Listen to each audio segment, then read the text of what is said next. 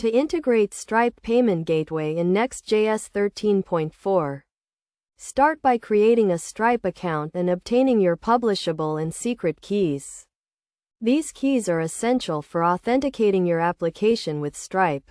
First, install the Stripe JavaScript library by running npm install stripe or yarn add stripe in your terminal. This library provides a convenient interface for interacting with the Stripe API. Next, create a new file named Stripe.js in your project's root directory.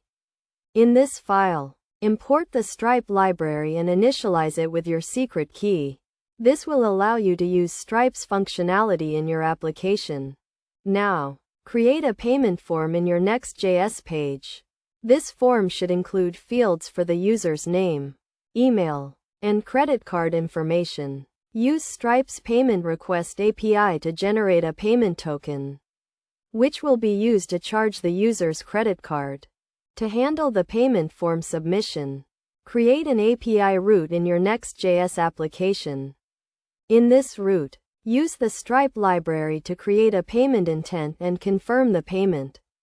If the payment is successful, redirect the user to a thank you page. It is also important to handle errors and exceptions properly. Use try-catch blocks to catch any errors that may occur during the payment process and display a user-friendly error message to the user. To test your payment gateway, use Stripe's test cards and test modes. This will allow you to simulate real payments without actually charging any credit cards. Finally, deploy your application to a production environment and configure your Stripe account to use live modes. This will enable you to accept real payments from your users.